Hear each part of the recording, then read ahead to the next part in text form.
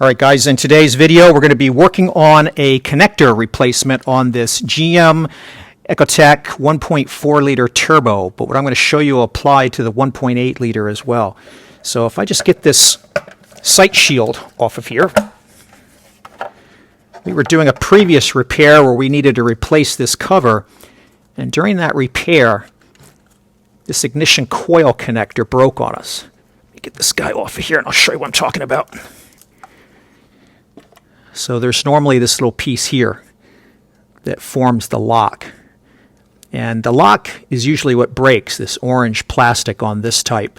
But instead of the lock breaking, it just gave out at the hinge. You can see inside here there's just a couple of little plastic tabs, and they attach this guy and that forms the hinge. And so after so many uses, it's just done for.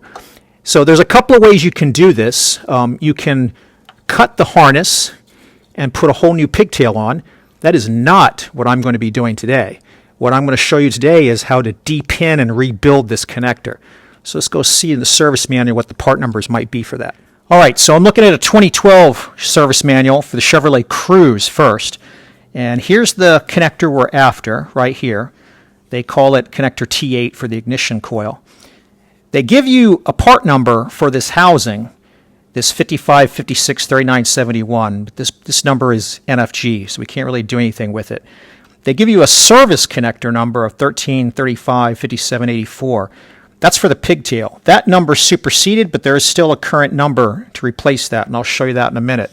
If we flip to the other page, we can see that they never updated it for the terminating lead, and they never put a release tool in here, and they basically left everything either pending or not available, which is not very helpful. The only other thing that's of use here is they at least do give you the color codes for the cavities, so you know what wire is what color for what cavity and what it's for. That's not what we're looking for a depinning exercise. So the next book I'm going to show you is taking a look at what's in the 2015 edition of the manual. So this is, trying to see if we get newer, if we get more information. So we can see, now we got a different number for the connector, this F444110, and that number is discontinued, but at least it's a good number, and it's still available. And then the service connector now is up to 1930-0475, and again, that's the pigtail. Again, though, they don't have a terminal removal tool specified, which is, again, not very helpful. They call this a K35 on the LUV engine, which is the 1.4 liter, and this is in the 2015 Sonic manual. Here on the other side with the LUW is the 1.8 liter, and we can see that they've got some different numbers here. PP looks like I0000888, and then a 1930-0958 service connector pigtail. The rest of it is pretty much the same. Nothing is given. Now, these two connectors visually look the same. So you might wonder, why are there different numbers? And I'm going to show you the difference in these two is really just in the housing back in the back here where the wires come through. The terminal types and the terminal layout is the same between both engines.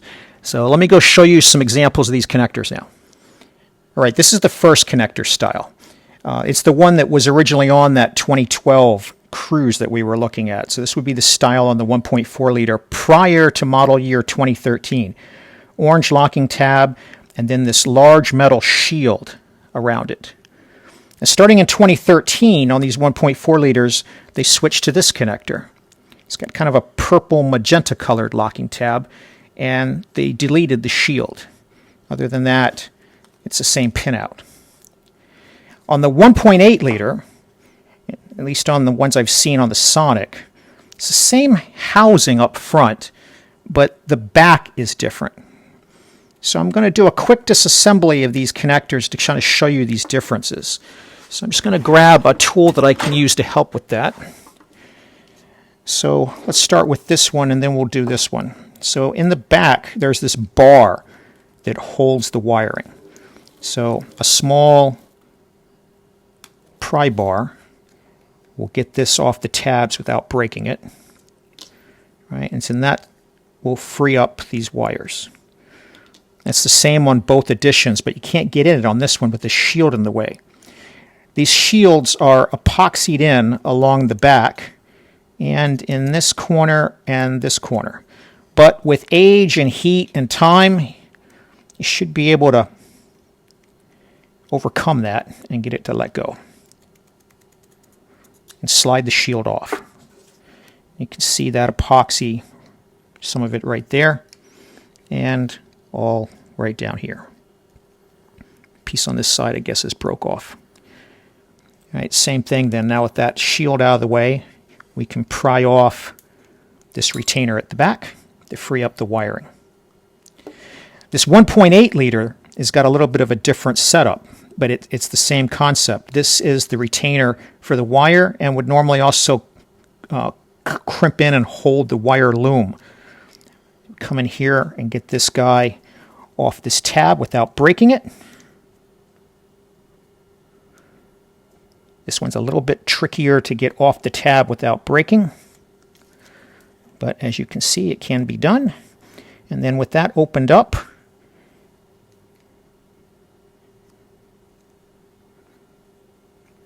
this should just snap off, if memory serves. Pretty sure it just snaps off.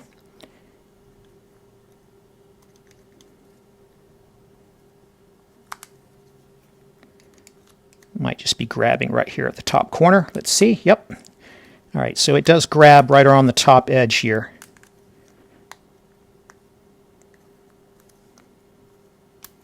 And then we can work it away from the wiring. So that's the only difference with this. So there's not really a clasp here, but if we see on the side, there's like a raised edge right inside there. Hopefully that's coming through with the light. And that raised edge grabs this outside shoulder. Right? But once you take this off, these two things serve the same purpose from the two different types. Once you take that off, it looks identical. And now we can see that number we saw in the service manual cast in here.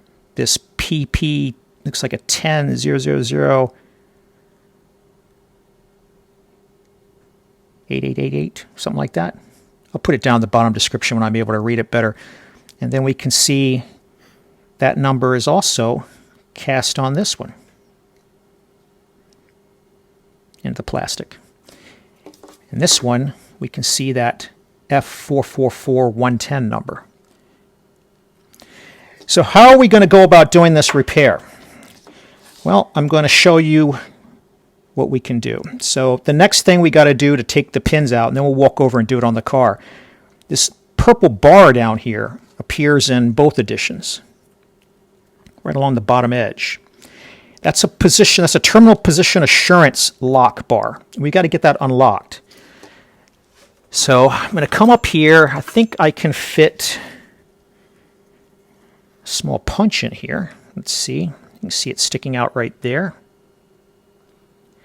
Let's see if this will work. That did unlock it. This is too big to go in as far as I need. Let me see. Can I just use our pry bar to get it the rest of the way? Yep. All right. So now we've got that unlocked when it's in that position. So now the only thing holding these terminals are little barbs on the top and the bottom. So let me show you some detail about that. All right, the first thing I'll show you here is an engineering drawing for that original connector that we saw, that 55563971. Now, this number was never put into the service system, but this was the first edition of this connector. And the next thing I'll show you is what these terminals are going to look like. So here's a service diagram or a sheet for that. So Delphi, before it became Aptiv, so it went from GM to Delphi and now it's Aptiv. This is the terminal that's in there. So it's got kind of like a pinched front end to grab the pin. This is the female side, and then these little barbs I'm talking to you about that stick up on the top and the bottom that lock it in. And the specific series of those is the DSQ15. Right? And again, you can see these little barbs on the side, and then at the back they've got a little insulator. And we'll see that when we pull them out. Another thing I'll show you here is there's a service bulletin that talked about some problems you could have with these connectors. And This is where we can start to see that 1930-09-58 number that we saw in the previous 2015 service manual.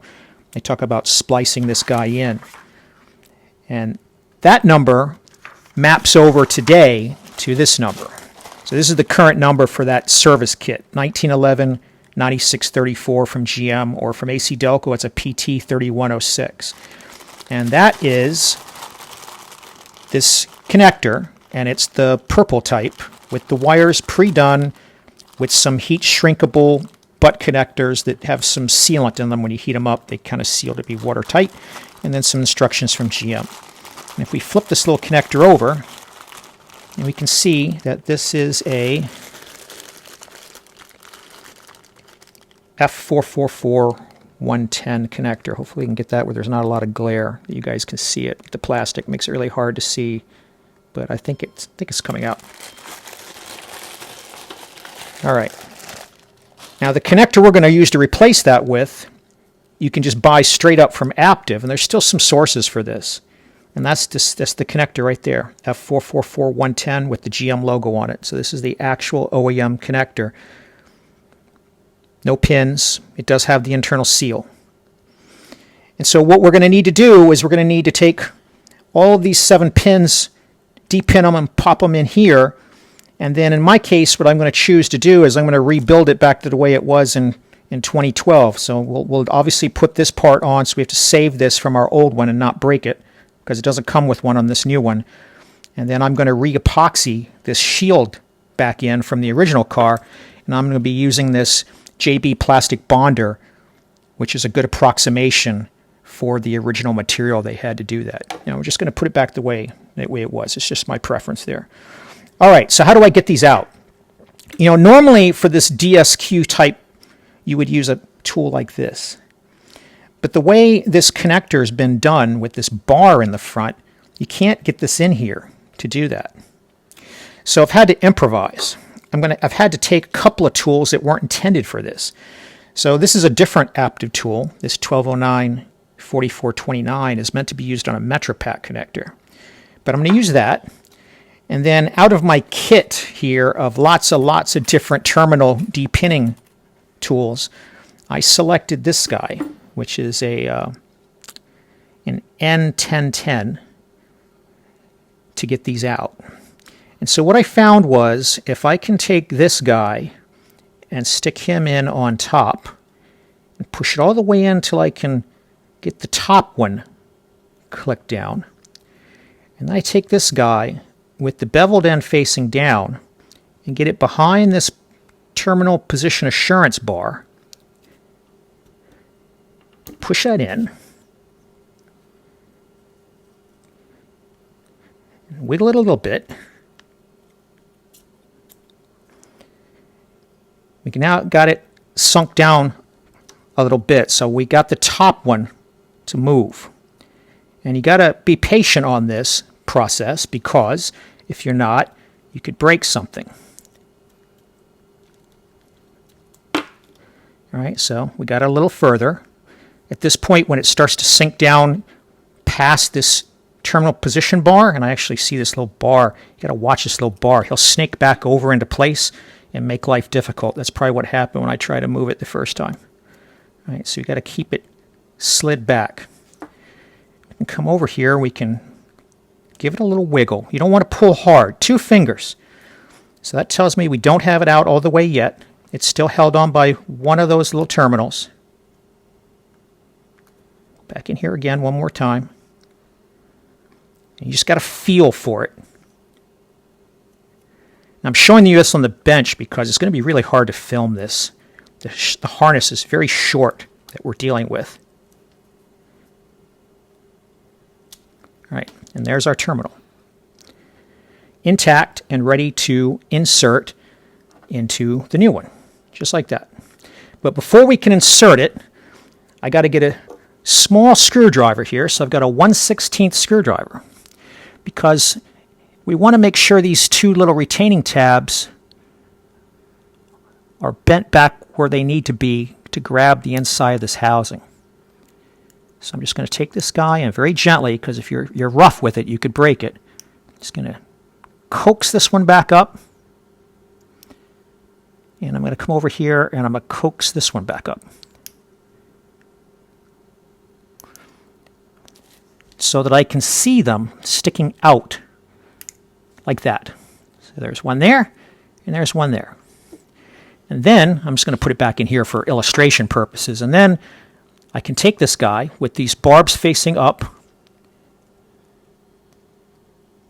and you'll hear it click. I don't know if that came across in the microphone, but you can hear it click, and you can feel that it's back in there. So that's what we're going to do with all 7 of those connectors on the car. And that's going to complete this repair, at least this part.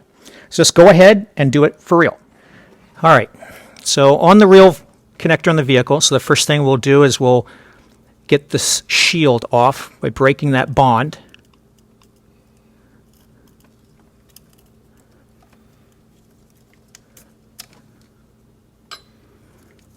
All right, so we can see here and here is this epoxy that was holding it on the sides. And now we'll get off this wire retaining bar, just like we did on the bench. That side and that side. And I heard it hit the ground, so we'll get that later. All right, so now we'll take out some of this old tape.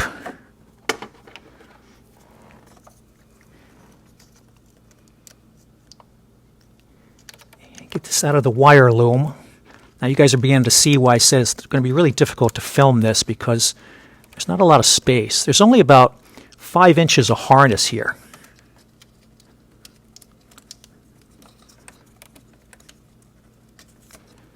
All right, and so then again, if we pull this loom back a little bit,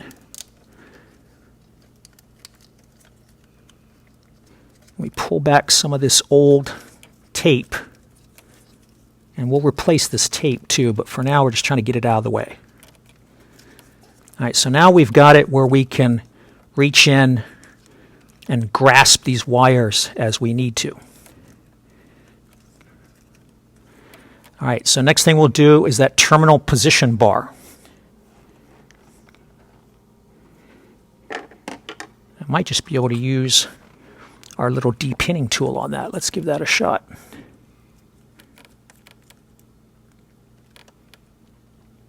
Nope, too small.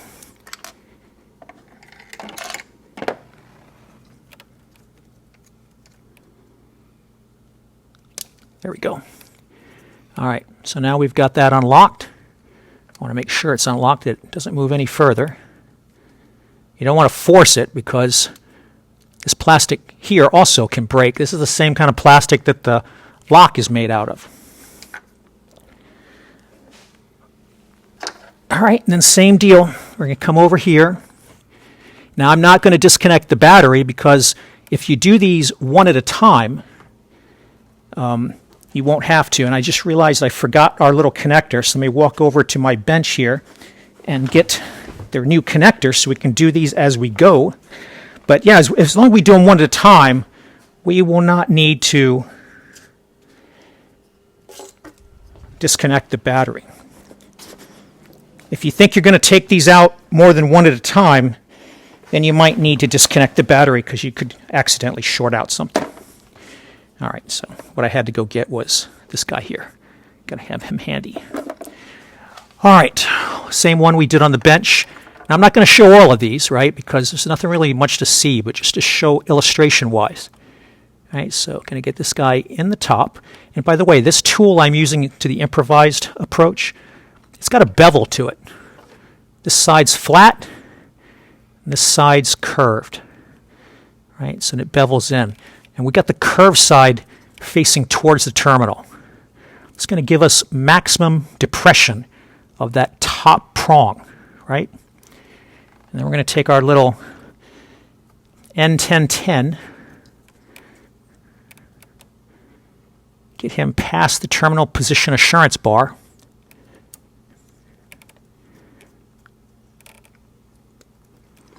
and do the first detent.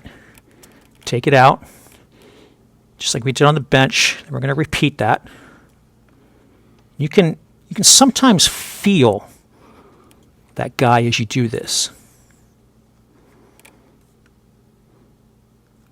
That little prong. Whoops. Accidentally pulled this guy out.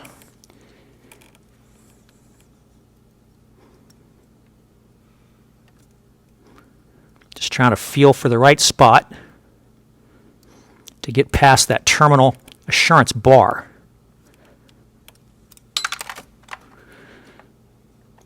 Don't know why this one's giving us so much trouble, guys.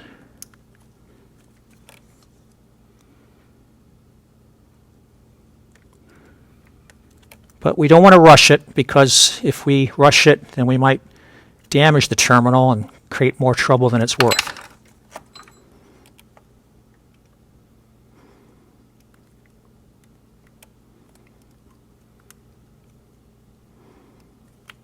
There it goes. I definitely heard it click.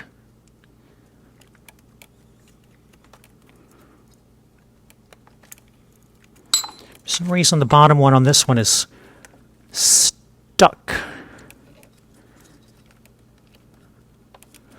You can see in there, we've got it pushed down to the bar, but we can't get it past the bar.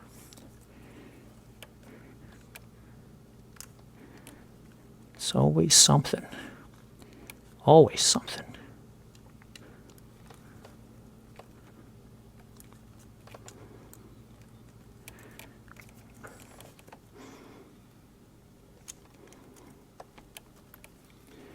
Well, I felt it go past the bar that time, but it did not get far enough to get the little pin, unfortunately.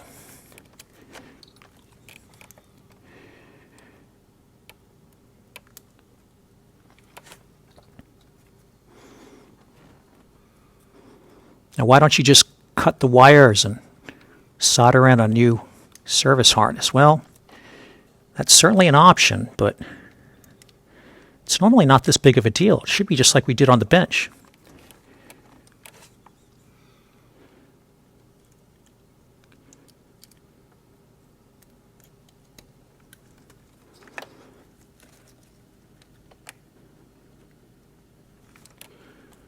All right. So guys, I'm going to have to pause the camera for a second because I got to get where the camera is to see what we're hung up on here, different than what we just showed.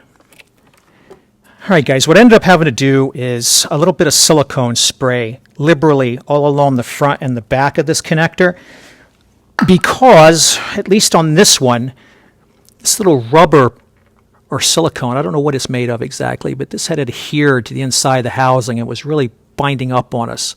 But the silicone finally allowed us to get it to slide through. So now, just like we did on the bench, I can take our small screwdriver, take this other tool out before I lose it, and we can go over here and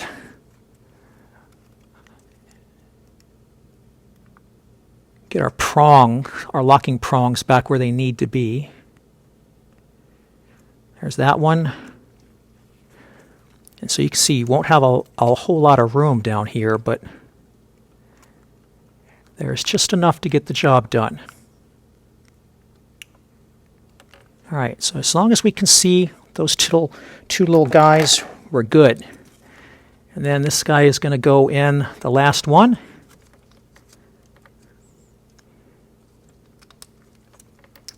Hear it click. I'll make sure you see it at the end. And that's one. 6 more to go. As we do them, the amount of space we have to work with is going to get worse and worse, right? So I'm going to go ahead and keep going with that SEM technique, and then I'll bring you back when we get ready to reattach the shield. All right, guys, we've got 5 out of 7, so all the small gauge wires are in to our new connector. Now we've got left are the 2 heavy gauge wires. I figured I'd bring you back and try to capture a couple of these as we go.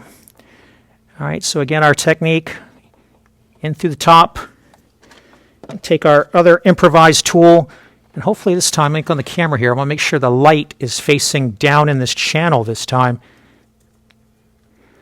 Take our tool like this, above the position assurance bar in line with the terminal. And then we're just going to wiggle it in.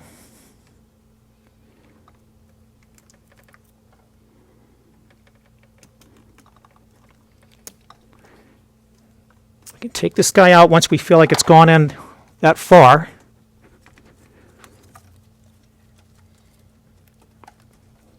And then just pull it through. And then grab our little screwdriver. Get our prongs back where they need to be. This is actually the hardest part of this, is because these are so fragile. You just got to be super gentle with them so they don't break off. If they break off, then you got to have to put a whole new terminal on the wire, which is exactly what we're trying to avoid here. All right.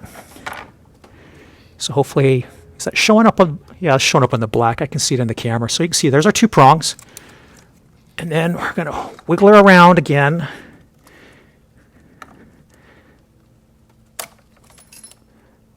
Prongs up until it clicks. All right. I'm going to give it the tug test. All right, one more to go. This last one, red and black, is probably the positive one. So this is one we got to be the most careful with, not touching anything when we get it out. All right. Depress the top prong. And then what did we do with our tool? All right, guys, intermission. I dropped the tool. All right, crisis averted. We located where we dropped our tool. Let's see, did we push this in? Yeah, we pushed this in here. And then same as we just did the others. Going to come in here and this angle, right? So this particular tool I chose to use is at this angle. You guys might choose to use a different tool from the kit. I'll link the kit I'm using in the video description below. The hard part, like I was saying earlier, is getting past the position assurance lock, and then behind that, and I'll show you a view after we're done here of a cut open one of these, a little plastic channel that we have to work it through. I think that's it right there. Let's see if that's it.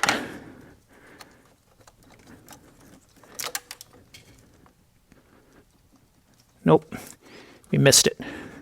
We missed it. It didn't move. Happens sometimes.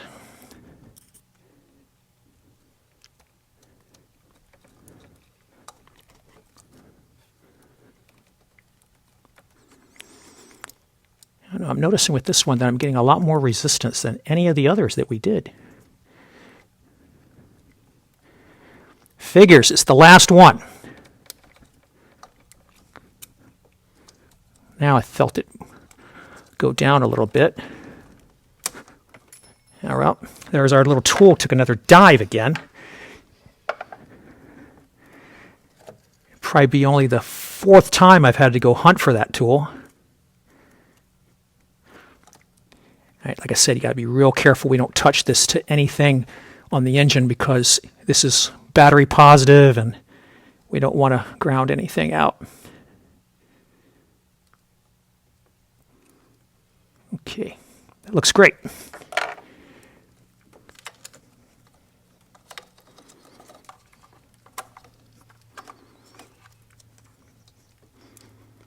This is the last cavity. Click, click. That's what we want to hear. Tug test, tug test, tug test. Just doing a tug test on all these guys. Visual inspection. They're all lined up at the same place. Okay, now we got to put that retainer in the back in. This guy right here. And then I'm going to get some tape. We're going to cut some of this old tape off. We're going to fix this back here, and then we'll work on the shield. All right, guys, we've got this all taped up, as you can see on the back and hopefully on the side. All right. So we're not using electrical tape here. What we're using is to match what the factory did. We're using 3M Temflex friction tape.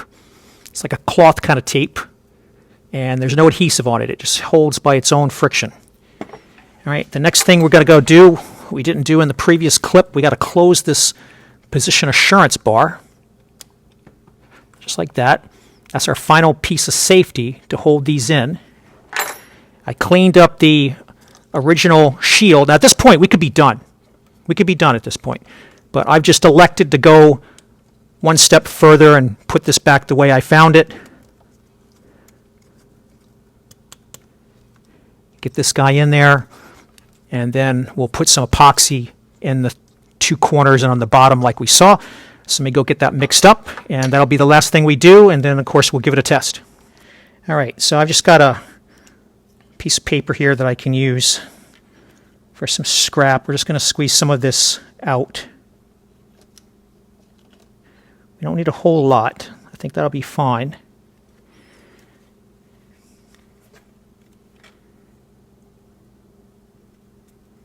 Seal it back up, and maybe it won't dry up on us.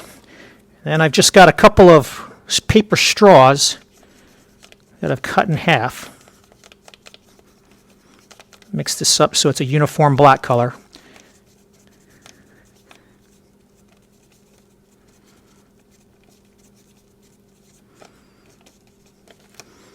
And then all I'm going to do is I'm just going to try to put a measured amount of this. It looks like about what I saw in the original one. And we're just going to come into the top two corners. So here, and just get a suitable tool to push some of it in there.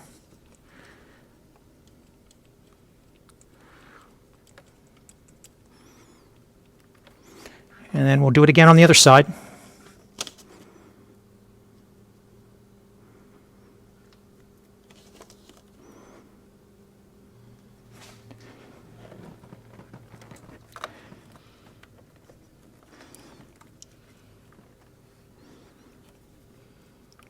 And again, guys, this is totally optional, just as a cosmetic thing.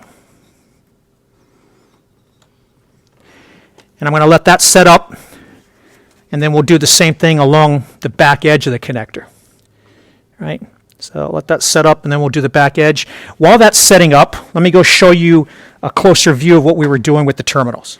All right, while that's epoxy's drying, I figured I'd cut open that extra connector and show you guys inside here, right? So we've cut this open so you can see. We've removed the position assurance bar, and I think if we look right down here, see if I can get this at the right angle. There we go. So you can see inside here, there's like a little plastic prong on here. So that's part of what retains this, right? So you've got that, you've got the bar, and then we've got these two prongs in the terminal. You might say, well, why is there so much with this particular one? Because if this comes off while you're driving, the engine's going to stall. And so for safety reasons, there's got to be a number of redundant factors to keep these terminals all connected and to keep this connector connected. In fact, that's why you want to make the repair we started the video out with. You can't just ignore this problem, because this guy can work himself off, pop off in the middle of the highway, and then you get a stalled out engine, which could be dangerous. All right, so when you take this and you slide this in, pick one of these where you might be able to see, like this guy right here. Right, so he comes up through there, right? He's coming up through there, and then you hear a click. At this point, we can't pull it back through, because what's happened is that top prong that we were referring to has grabbed on the top. The bottom prong is grabbed on to the bottom here, and then this guy I was showing you that you can see we can lift up on. This guy is also holding on to it, right? Hope that's coming across in the video okay. And so what we were trying to use these tools to do is, it's very simple in these little slots to get a flat tool like this to hold the prong on that side down. The challenge with the bar here is to get something that'll go under the bar, run along the top of the terminal, and then also press this guy up. You can see going up right there. You got to press this guy up, and then you got to get back far enough to depress the prong, or it's not going to come out.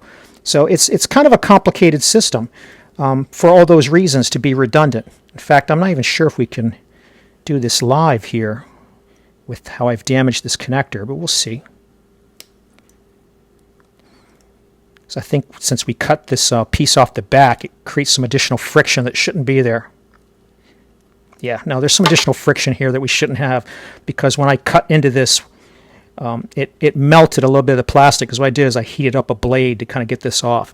But you guys get the idea. I hope this kind of helps you see what we're trying to do there. It's this little guy right here that I'm moving up and down. That's the pisser of this design. You know, you can get the bar out of the way, you can get the two prongs depressed, but then you got to get this guy lifted too. It's a big dance. All right, let's go ahead and come back and test out our work. All right, guys, I think this is dry now. We've given it over an hour. We've got just the last few things, all right? So we touched all these terminals, and skin oils could result in oxidation and tarnish. So the first thing we're going to do before we call it done is we're going to clean all of that off with this chemical here, Deoxit G5. We're just going to spray that into these terminals to get all of the skin oil that we put on there when we were doing this job dissolved. All right, there's that. Now the second thing we're going to go do, there's a lot of dust and dirt on the ignition coil connector. So I'm going to take our spray silicone lubricant again. Just going to clean this guy up a little bit. Not going to make it where you can eat off of it, but just want to get rid of some of the friction, because it's the friction, in many cases, it can get this thing bound up. Next time you go to take it off, put extra stress on the plastic. All right, that looks good on the bottom. Excuse me, the top. On the bottom, just kind of do a little deal like this, and then we'll give a little bit on the inside. This is not something you have to do all the time, just because we're in here doing this repair. We'll do that. All right, so now one last check to make sure we see all 7 terminals. Get this guy back on here.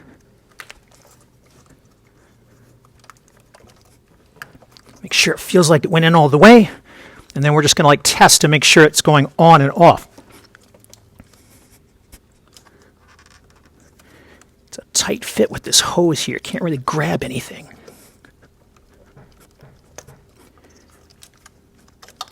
I just want to make sure as we pushed it in that the terminals all stayed where they're supposed to be and didn't go back. That's just a test that we've got our little prongs all doing their job. All right, you heard this click. Technically, we can go do that. Now, what's the last thing we need to do? We're going to go start the engine, because there's a possibility that we made a mistake. I mean, I don't think I did going one at a time, but if you did it with taking them all off, if you get anything backwards on these, you'll get a misfire. If you mess up the positive and negative, you'll get a no start. So let's go ahead and check that and see if we're okay. It's the last step.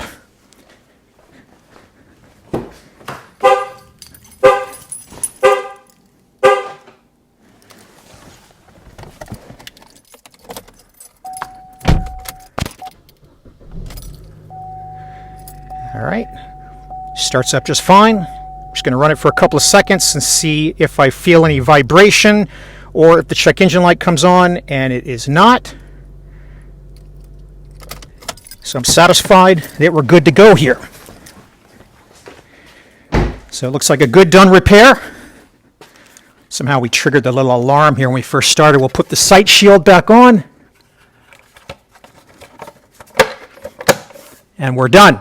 If you got questions or comments, go ahead and leave them below, and I'll try to help.